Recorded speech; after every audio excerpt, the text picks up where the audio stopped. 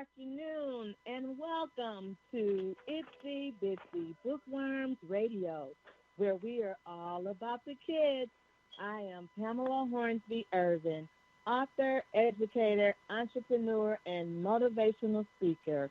I will be your host for the next hour. So, listeners, you know what to do. Now it's that time to go grab a pen, paper, and some pencil so you can write down information I am so sure that you can use. So, without further ado, I will introduce my guest for today, Derek Mr. Poetry 7 Owens. Welcome, Derek. How are you this afternoon? I'm doing well, no complaints. Just over here finishing up, getting everything ready to leave for Kansas City at 3 a.m. in the morning. Wow, that's pretty early.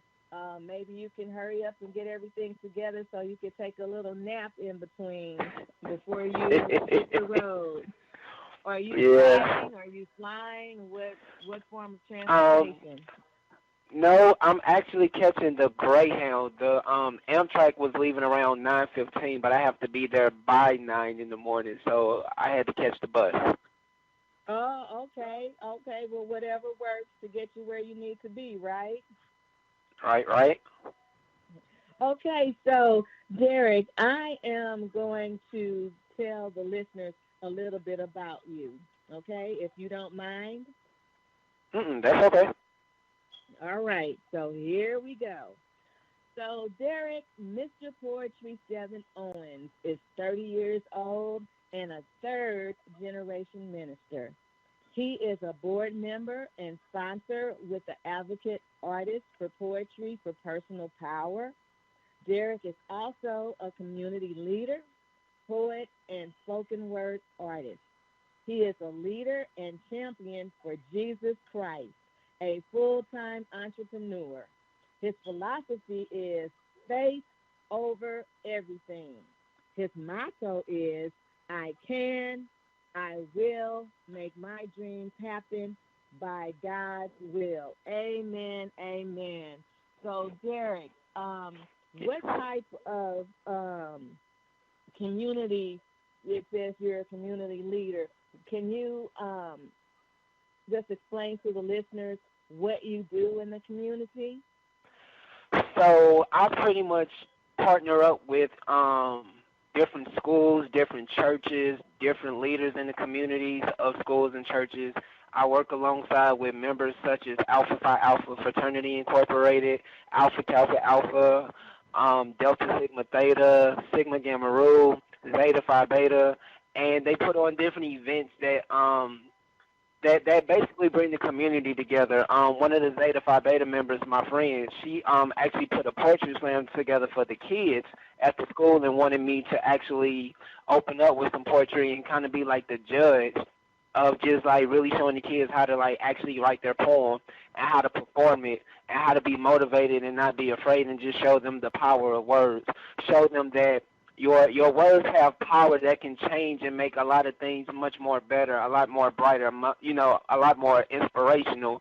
And so the kids were just so excited to get up and just do their poems. I'm at Vashon High School, and I have maybe 8 young queens and 2 kings who are writing poetry, and we're actually by the end of May putting our first poetry show together for their high school. So they're already coming up with their nicknames, their stage names. I actually got them some purple T-shirts from the organization Poetry for Personal Power coming in from Kansas City, and it's just exciting to see how we're doing the motto I am. And they took it from one of my poems I did called I Am Love, which stood for learning one's values every day. So just to see how they're excited about expressing what they feel, and they're now like, I wish you didn't just have to be there Thursday. We want another day that you could show up.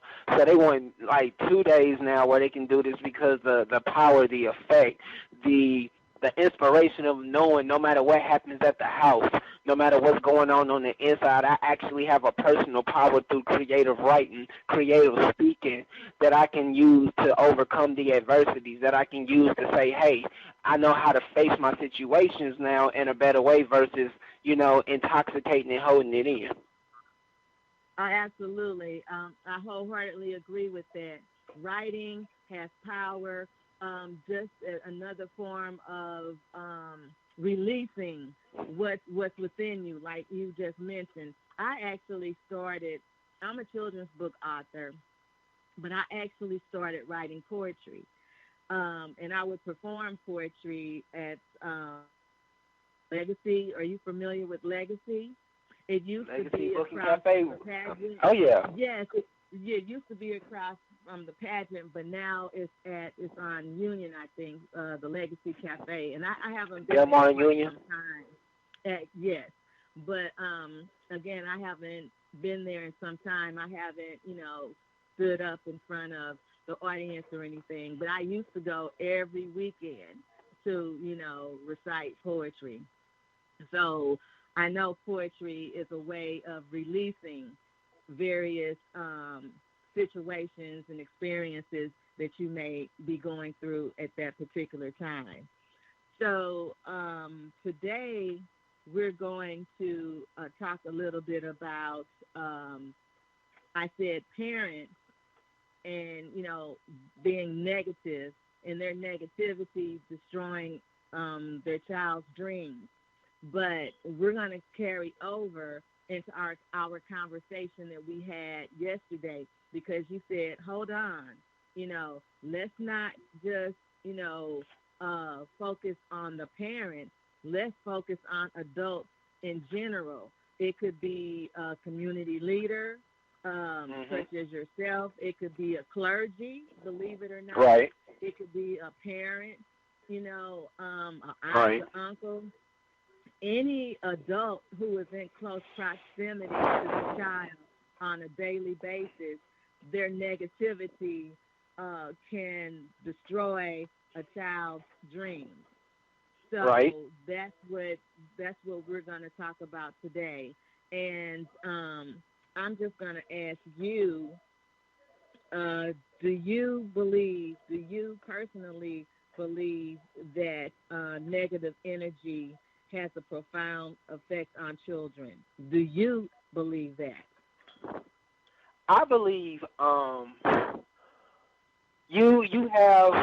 you have those who believe in you because they see the full potential and they see the finished product, and they want to actually maximize the fullest product of what they see in you and get you all the way to the level so that when every opportunity presents itself, you're ready. There's never a moment that you're not fully ready. There's never a moment that you're not 100%, because you have those who are actually believing and wanting you to prevail to the next level. And it's not because they want something in return. The return is all the time and all the investing, all of the encouragement, all of the moments that they could have walked away, but they stood because they still see something greater. That's what makes you push further into that next level.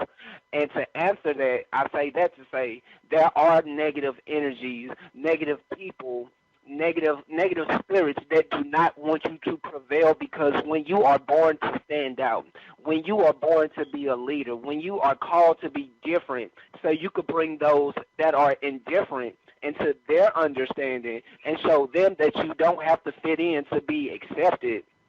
Yes, you have parents who beat down their kids because their kids say, I want to be this. Or because you have somebody that's like, well, they want you to follow in the footsteps of the family business, or they want you to follow in their footsteps, and there's nothing wrong with that if that's what you actually want to do. But if that's not what you want to do, then there should be an understanding of, you know what, I like the fact that you want to be different. There should be some support in the fact of, yes, go for that. If that's what you really want to do, what is it that I need to do as a parent or a mentor or a friend or a brother or a sister? If I have any type of relationship to you, even if it's not through blood connections, what is it I can do to support you to get to that next level? How do I help you maximize what you're saying you want to do? And I believe, even to take a step further, that's why some ministries have failed in the church, because sometimes as a pastor or as a leader, as an elder, as a deacon, we speak down on the fact that, okay, they're not following the traditional, you need to do this to actually look like this, when it's like God gave us all a different method of looking the way that God required us to look. So if I'm not a chef, I can't tell a chef how to be a chef. I can't speak down and say I don't think that will work for you, because again, a chef can make a poet have more creativity in his artwork, just like a poet can take a chef's job and creatively speak like what comes to life, what comes to mind, what kind of pictures do you resonate when you see like a chef doing his work or her work. So if you're going to be negative or you're going to put down somebody, or especially a young kid, because you did bring up a very good point about kids at a young age are sponges, so they soak up everything. So if you tell a kid, prime example, if you tell a kid his father was a deadbeat, and if that kid keeps hearing this so long, that's on repeat. So all this kid know is my daddy was a deadbeat. So now they start believing they're gonna be the next deadbeat. Or if you tell a kid you're not gonna be this, you can't do this, then that's what's resonating in their system. So now when they're faced with the opposition and opportunity to go for what they believe, they go back to that childhood. I can't do this because this is what I was told. I can't do this because this is what I was told. I was always told no. I was always told I can't. I was always told I was stupid. I was always told it doesn't matter what I think because this is what was told to them. And this is how now they repay it. Or this is now how they show that, hey, because my dreams was crushed, now I got to crush your dreams, because if I can't live my dreams, what makes you think you can live your dreams? And that's one thing that really frustrates me. I deplore dream snatchers. I deplore dream killers because at the end of the day, that's all we have. All we have is hope and dreams. And if you can't have a dream and you don't have hope, what is there? What really do you have left? So I agree with that 100%. And, so in the show, I always try to bring in some research and some studies and different things. So it's a study says that a study by the Center for Parenting Education established that children are influenced by the attitude of their parents, be it positively or negatively. So that says it right there. Everything that you just said, it confirmed it to be factual, that children are influenced by the attitudes of their parents.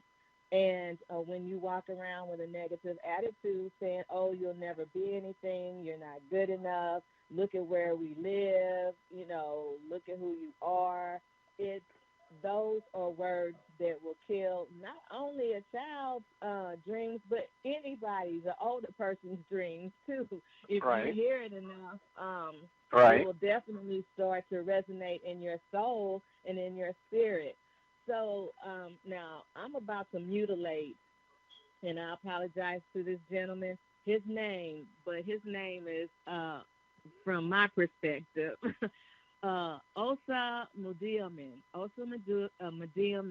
Kelvin Omir. He is a freelance writer who writes on personal finance and parenting topics. And this is what he says. He says that parenting style is vital because it takes aim in how children perform in the field of psychosocial development, business development, academic performance, social competence, as well as, the challenging behaviors that they acquire. So what do you think about that statement? I agree. I mean, again, it basically goes back to the root of the house. So with my students, prime example, with my students at Bayshine High School, I always let them know I'm very proud of them. I always remind them that I'm happy and proud of them because I want them to understand it takes courage to express the most inner pain. It takes a lot of courage to say I'm hurting today. It takes a lot of strength to say I'm not 100% today. It takes a lot of courage to experience a creative writing session and still come back every Thursday from 9 to 10 o'clock knowing, you could have easily been like, this is not for me. I'm not ready to open up about what I feel personally. But because me and my boss have made it a safe space, and we made it to where we are all family so that nobody is better than the other. And even though I may be the expert at what I'm doing, I've even made it clear, this does not make me better than you all. If anything, this helps me to be humble because I still go through stuff. So to hear these kids constantly share their stories through poetry, through creative writing, to hear actually some of them say, I want to be a marriage counselor. I want to be a counselor. I want to be somebody that somebody can lean their shoulder on after a long day and know like everything is going to be okay. So these kids at Vason High School are expressing how they want to be a support system to other people who feel like giving up or feel like they can't make it because it's a lot going on. So the more I hear this keeps me affirming them that I'm proud. They just actually not too long ago did a Black History program. And to see some of them actually got up and did poetry. Some actually got up and did dancing. Some of them they got up and did so much. And it made me even more proud because it's showing me when you pour in positivity that it comes back to you. And when you keep letting them see that you believe in them, that makes them believe in them. So it gives them that courage and that feeling to say, I want to come back, I want to come back, I want to come back. We need you here for another day. We need you here for a week. For it to be that much exciting. And then to be like when I'm not there, it's almost like they're heartbroken because, man, this is what we've been waiting on. This is what we needed, and now we got it. To now see young kids at Vason High School, and any day I could walk up in the high school and they say, there go that poet, or they personally know me and they'll say, hey, there goes Seven. Oh, man, that's Seven, man, there go the poet. Hey, he dope. Man, that dude got bars. Man, he's so phenomenal. Man, let me tell you, that dude got bars for days. I could be walking down the street somewhere and they be like, man, mama, there go that poet that came to my school and did that. Or I could be in, like, Tennessee. I could be in Kansas City. I can be somewhere minding my business, and somebody will always find a way to just be like, there go that poet. Or a community leader be like, this is Derek Owens, better known as Mr. Portrait 7. He's been doing his thing for so long. Or, he's been helping me on some events. I've had other churches be like, man, how do we get in contact with you, man? Because I heard something about you, and, man, we need to shake up this church a little bit with the youth. Like, we need to shake it up. And I'm just like, man, this is what I live for, is to show adults and leaders and youth that we are the bridge to each other. And when young kids can express themselves creatively to a teacher instead of cursing and arguing and trying to challenge the teacher, and the teacher can now know how to communicate too. So not only am I teaching the kids, I'm teaching the adults. There is a way that you have to listen because, again, these kids are only responding the way that they do because you're not listening.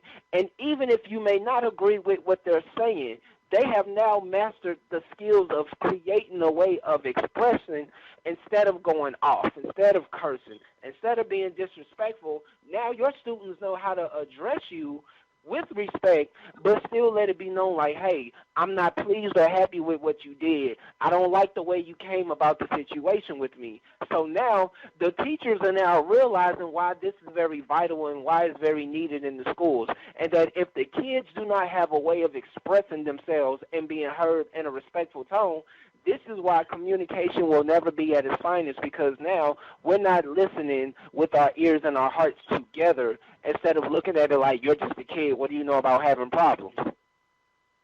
And this, for listeners who tuned in to, and they may be asking the question, well, I thought this was Itsy Bitsy Bookworm, where we're all about the kids. Well, yes, it is itsy bitsy bookworms, and we are all about the kids. And what Derek is talking about is a representation of the transition from little ones to the high school age, because you have to understand that it all starts with the little people. It all starts with little people. I was telling a previous guest that I allow my 3 and 4 year olds a minute. Normally, it's before we get the day started, but it varies. It could be, sometime later in the day, but they all have a minute to talk about whatever they want to talk about, because then that shows them that what they have to say has value and worth. And when if they're at home and all they're hearing is be quiet, sit down, be quiet, sit down, or you talk too much, then that can create a verse response, which means the kids will come into the classroom and they'll be misbehaving, and you're wondering why. Well, they've heard all this negativity, all throughout, the weekend or whatever. And that's why when they come back to school, I try my best to always, I always greet them with a smile and a hug. What do you have to say? I'm going to listen. I'm going to take time to listen to whatever it is that you have to say. It's a transition, everyone. It's a transition. You have to start listening to the kids. You have to stop with the negativity.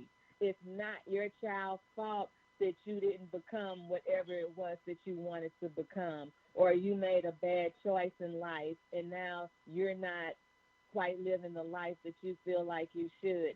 That's not on that child.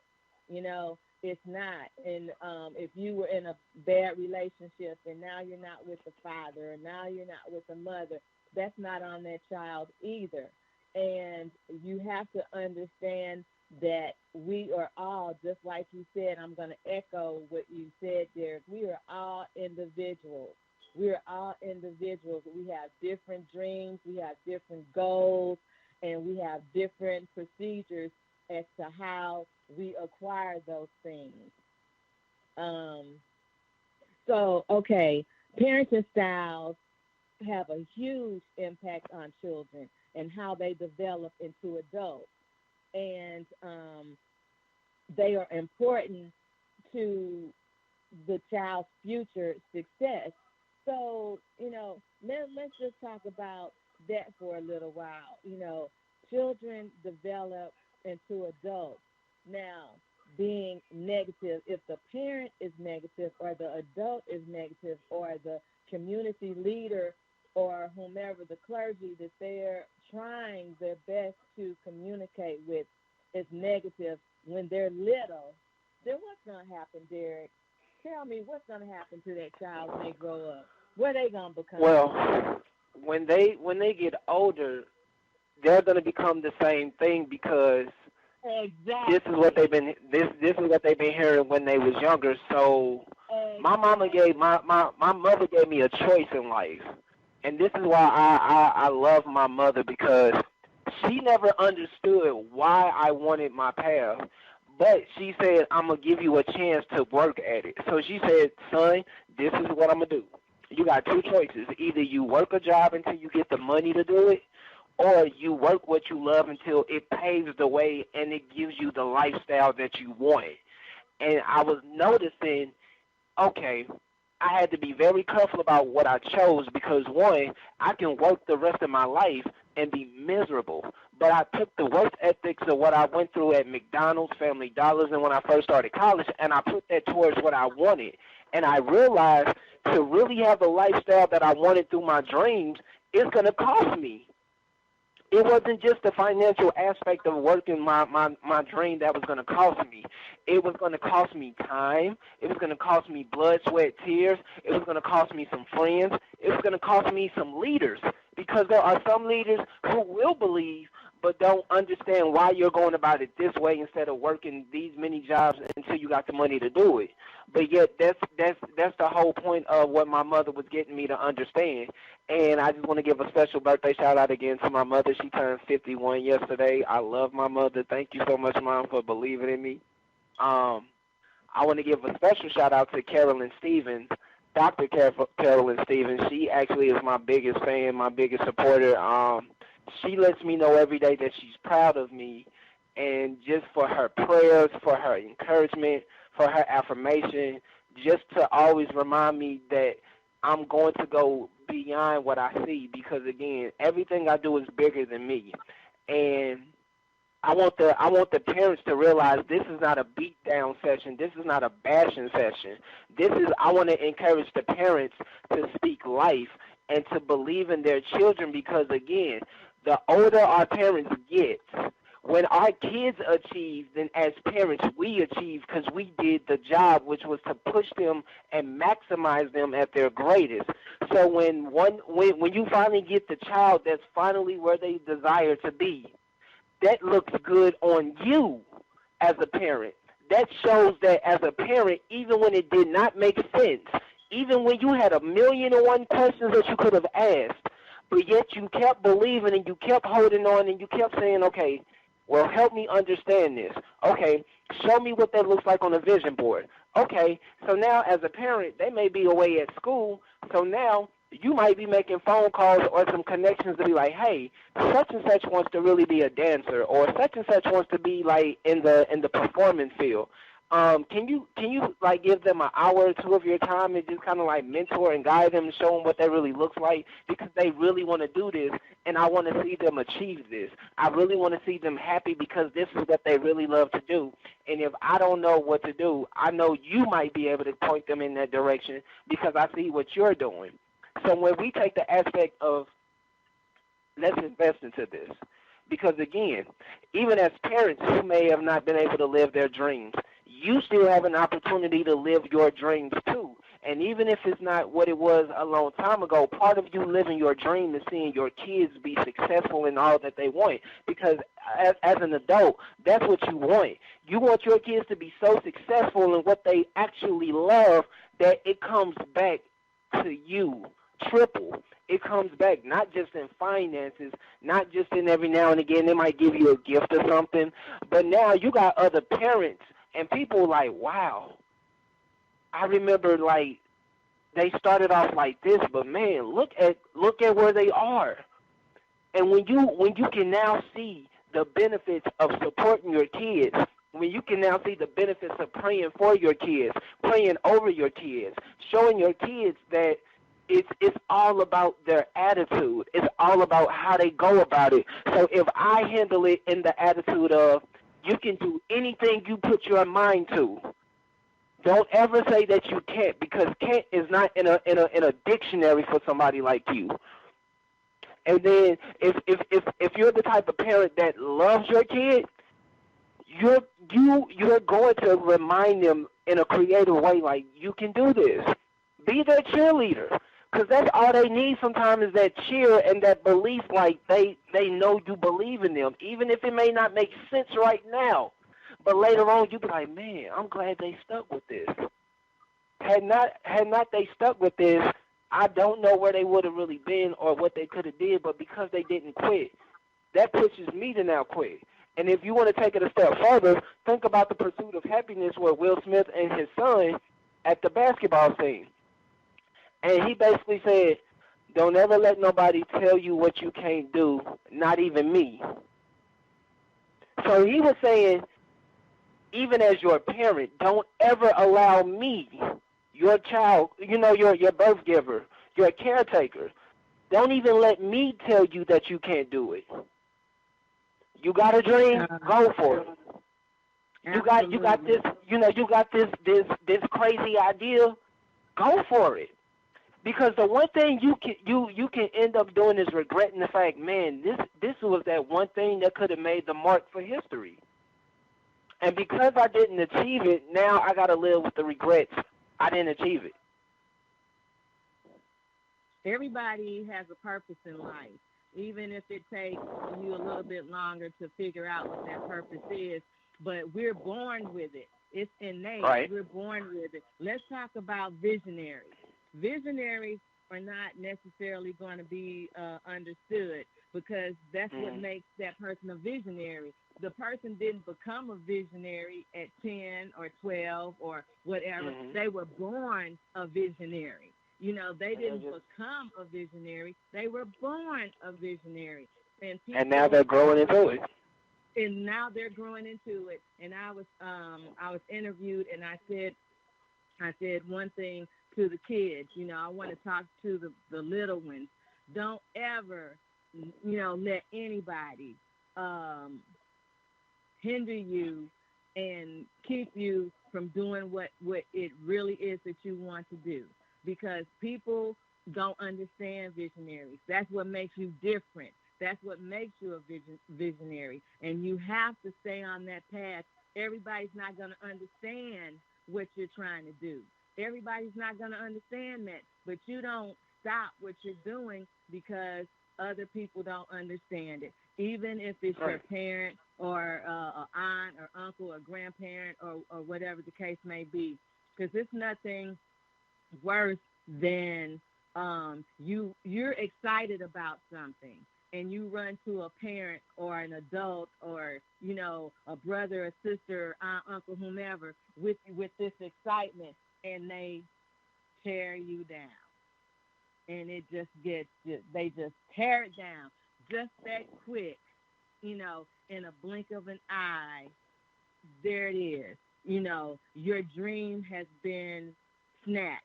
You know, it just permeates your soul when someone tells you, you know, that, oh, what are you doing this for? Oh, what makes you think that'll happen? Oh, and just giving you every reason under the sun why it's not going to work and why you can't do it. You know, it happened to me, and it was the worst feeling, you know, ever. And, you know, who knows what I would have been doing, you know, with that if it just hadn't been, you know, torn down right on the spot, right where I stood. So, you know, parents, I just want to say that you may have good intentions, you know, and what you're saying in your mind you may feel it's a good intention, of good intent, but there is an old saying that the road to hell is paved with good intentions. Those good intentions will ruin a person as sure as, you know, this show is being aired right now. So when you know better, you do better. Derek is here to, you know, offer you his experience, his knowledge in regard to parents being negative, adults in close proximity to the child being negative. So now you can hear, and hopefully the both of us are helping you to understand how, you can do irreparable damage to a child with all the negative verbiage. So let's, you know, talk about, and not only does it kill the child's dream, Derek, it affects their self-esteem. What are your thoughts on that? Most definitely. Because when you grow up as a kid, what do you have? You have dream and imagination. So think about like how you have like little girls that have like, you know, kitchen sets with like little teapots, and they have their stuffed animals, and then they have their imaginary friend. And sometimes you have like that mother or that stepmother that's like, you know, your imaginary friend is not real. And then the child is like, yes, they are. And then you be like, no, they're not.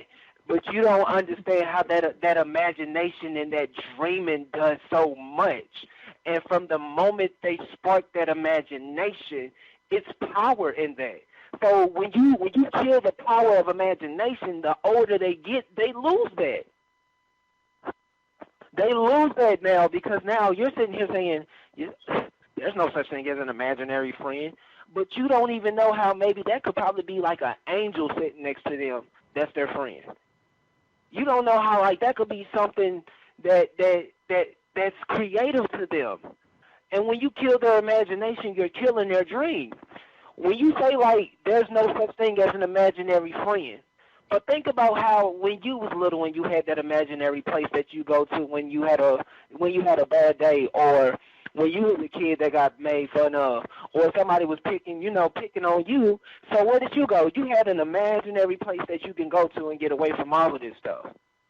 And then now you're now showing this kid you don't have the right to imagine or to go in a place like this no more because minds got killed. Minds got shut out.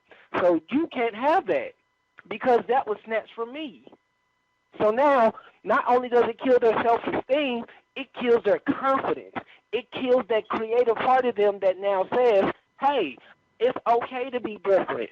It's okay to stand out. It's okay that everybody don't understand, like, I have this creative mind that doesn't think like everybody else. I just have this mindset that just wants to go in a different direction.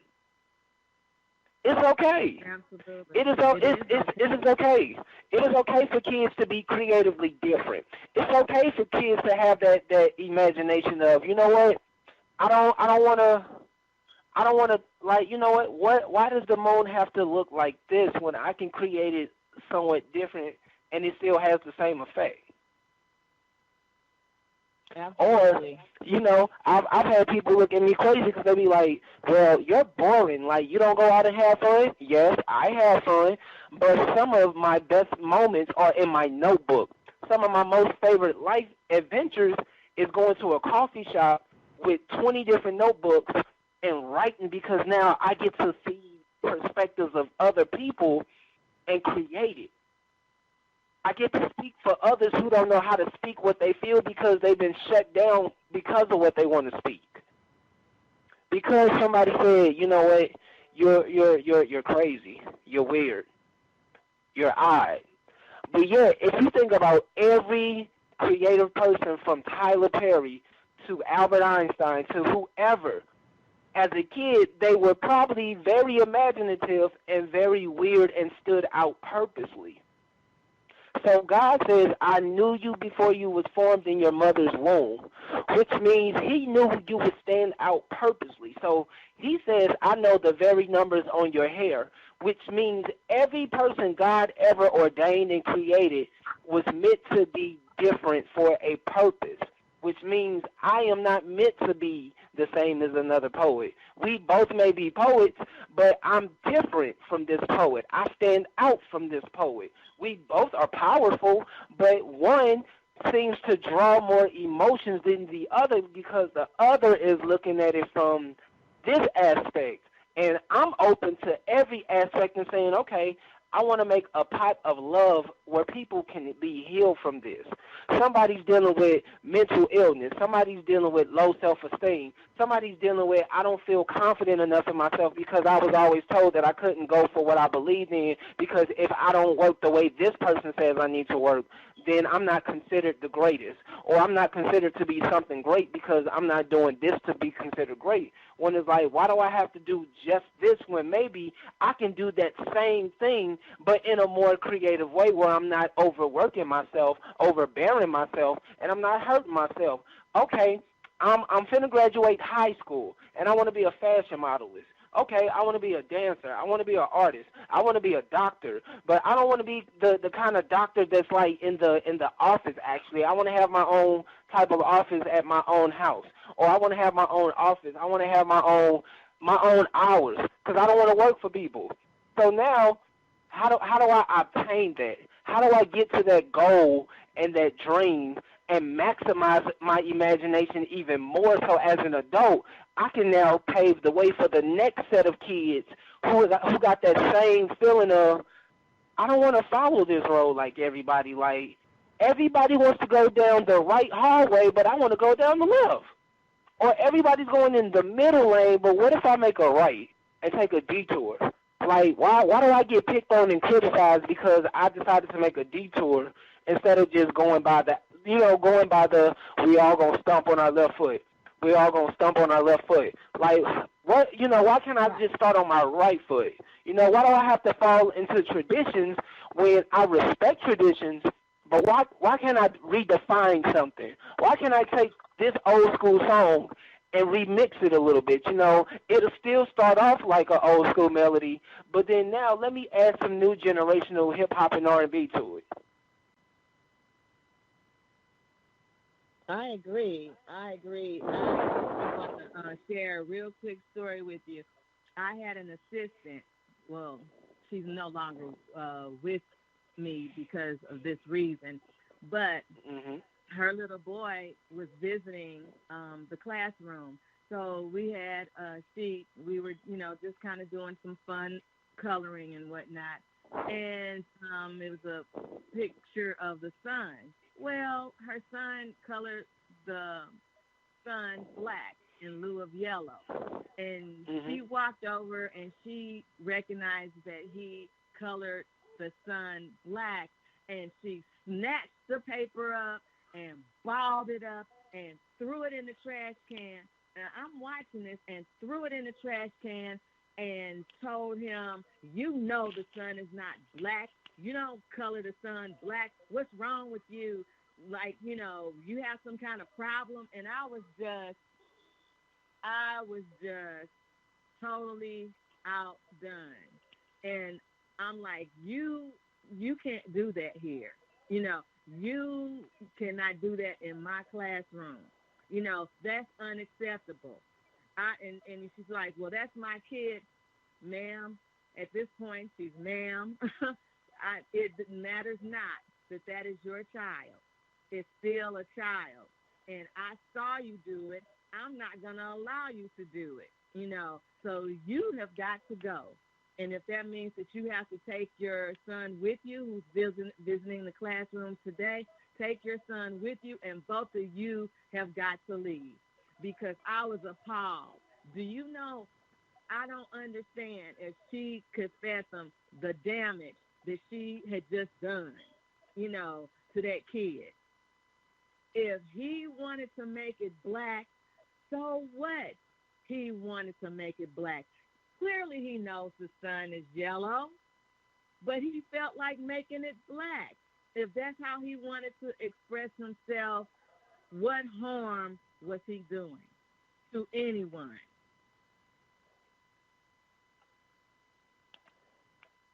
Could not believe it. And these are the same things that parents do to their children, because you see it one way, and that's how you have been programmed to see it that way because you're an adult. Let the children imagine and do whatever and be creative and make it what they want to make it. It's not doing anything to anybody, it's not hurting anybody, but it would most definitely help the child. Is helping build the confidence in that child to be able to make decisions and choices and this, that, and the other that will help them grow. This is all part of a child becoming well-rounded. And stop teaching a child that dreams and aspirations and goals are impossible to reach because you don't see them as obtainable. If someone had ever thought that we could build a rocket to go to outer space, no one would have ever gone to the moon. So teach your children to think outside the box. And it's not always necessary to fit into a box. There are going to be some times where, you have to teach your child that there are rules and regulations and procedures that you absolutely unequivocally have to follow. But when children are small, let them be free. Let them be creative. Let them be who they are. I wrote a book, Be Yourself, and it talks to the kids about being who you are no matter what, under whatever circumstances. You don't change for anybody. And if you find yourself having to change for somebody, then it's probably best to find another friend or go in a different direction altogether. So, what are your thoughts on that? Um, I would just say again, like I agree with you wholeheartedly, and it's it's just we have to get to a place where we're very supportive.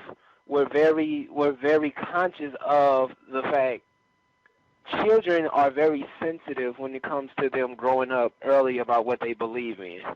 And when you are not, in support of that, it shows. So when your actions are, in your facial expressions, and they can feel your body language, like, so for me, I know for sure when something does not feel right to me, I feel it in the pit of my stomach, or like I get a little chill down my body. So when I feel like something's not right, I get a certain cold temperature over me that's like, yeah, I don't like the way this feels. I start to shut down. I'll even draw myself away from folks because I'm like, you know what, this is not cool. I don't like this type of atmosphere. I don't like this feeling. I'ma go because my goal is to be around people who believe in me. And when I'm like, this is what I want to do, the first thing I don't want to hear is that's crazy. That doesn't make no sense. I don't understand. Okay. Well, when you're building a dream, it never makes sense. God shows you the beginning, he shows you the end. It's up to you to go through the middle and make it happen.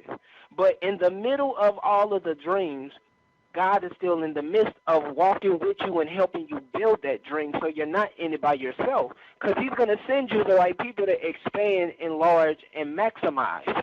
So in no shape, form, or fashion should I sit here and have to explain to you why this makes too much sense. Because again, if I got that much energy to explain to you why this makes sense, you're not for me. You don't believe in me because you're so worried about it needs to make sense in order for you to jump on board, in order for you to say I was a part of that. When it's like, no, these kids don't they know why they believe it. They know why they believe it because it's what they want to see themselves do. It's plain and simple. If a kid says, I want to be a lawyer, they know why they want to be that. If a kid says, I want to be a professional travel agent, they know why. So now it's not about questioning whether it makes sense or not or whether you believe they can do it. It's all about, let's make it happen. I know some people, or hey, let me go look up on the internet what all it would take, or who's like some good mentors in the community who can actually help you achieve this goal. And there are 4-year-olds, there are 5-year-olds, there are 6-year-old kids who actually know what it is that they want to do.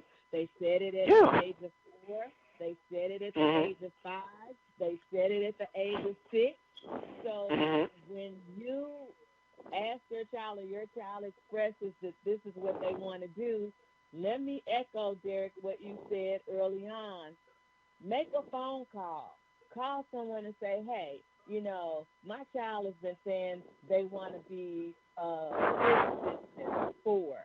They're 5, they're 6, they're 8 now, and they're still saying they want to be a physicist. Can you help mentor my child, or can you guide me into the proper people or the proper place or resources that can help my child? All you have to do is observe your children. They're telling you what their interests are right then and there. You just have to observe your children and know your kids. Your kids are not going to be carbon copies of you.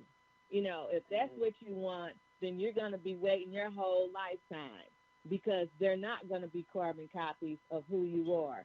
So I would suggest that you not expect that.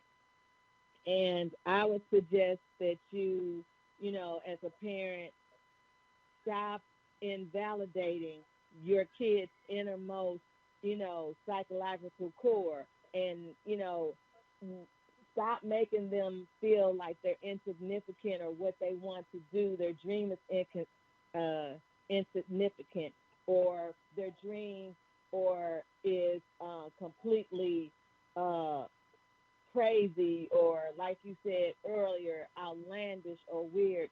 stop doing that because you mentioned Einstein and also I'm gonna throw in Mozart or the next Picasso or just being a free thinker. We're really not supposed to be necessarily group thinkers.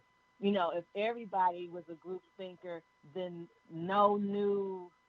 perhaps no new cure for cancer or for diabetes or anything else could be discovered because everybody is thinking the same. It was that person that said, well, how about we put this in here and mix this together and see what happens? And then voila, you end up with a cure, to cancer or diabetes or something like that. So as parents, I always say when you know better, you do better. And it does take a village. And because, look, none of us are perfect. No parent knows everything. I don't know everything as an early childhood educator. I'm still learning. Kids don't come here with instructions on their big toe when they're born as to how you are supposed to navigate this parenting thing. So, of course, you're going to make errors, but that's okay. But what is not okay is to continuously make those errors. Once you realize and you say, wow, I'm being negative and I'm, not being supportive and I'm not, allowing my child to be who he or she is, then stop and then do better. Don't continue on that path because it'll make the child resentful. It'll make the child resent you as a parent or the adult that they felt like they could come and talk to you and share your dream. Do you know how hard it is to share a dream to someone else? It's hard for adults to share their dreams to somebody else, for fear that, they may not understand or they might tear it down. So when a child comes to you and wants to share their dreams and say, hey, I want to be an astronaut, and you live in, you might live in the urban area that's not the best of areas, and your child says, I want to be an astronaut, don't tear the child down. What do you mean? Look at where we live. Look at what we have. How do you think you're going to be an astronaut? You can't be an astronaut. No. Say, okay, that's a good profession. Astronauts, they do wonderful things. I mean, encourage. Keep encouraging. Build up your children. They have enough put downs, especially children of color. Have enough put downs on the outside, of the home, and coming inside where it should be their safe haven where they can share these things. Don't tear them down. Build them up. This is what we're here to do, to build our children up. Well, Derek, I tell you, time is just running out. This has been the most exciting and interesting and educating interview. But before we leave, I just wanted to ask you one thing. Okay. What does Mr. Poetry 7 mean? What does that stand for? Boy, every time they hear it, they always want to know the story. So,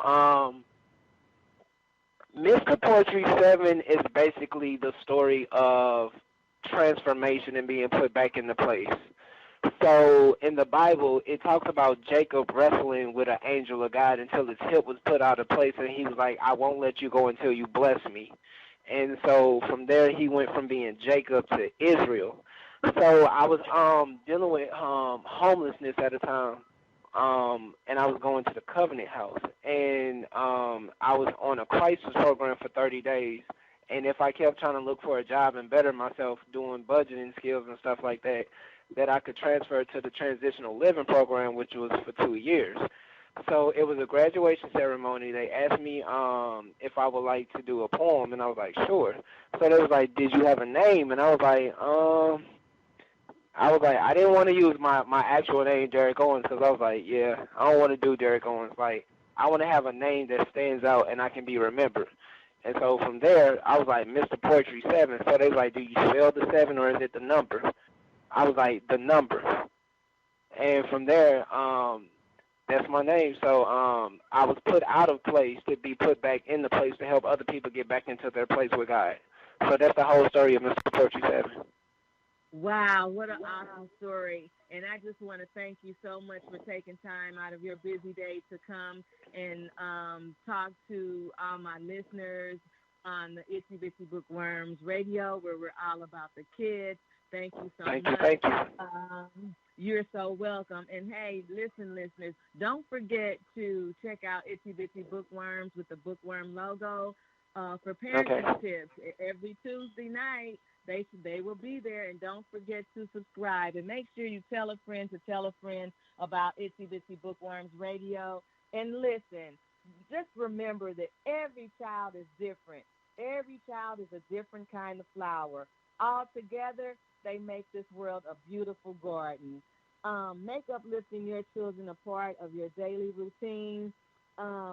If you would like to be a guest on Itsy Bitsy Bookworms Radio, email me at itsybitsybookworms.2016@yahoo.com. Don't forget, again, to tell a friend to tell a friend. And may the Most High watch between you and me when we are absent from one another. Everybody have a lovely day. Peace out.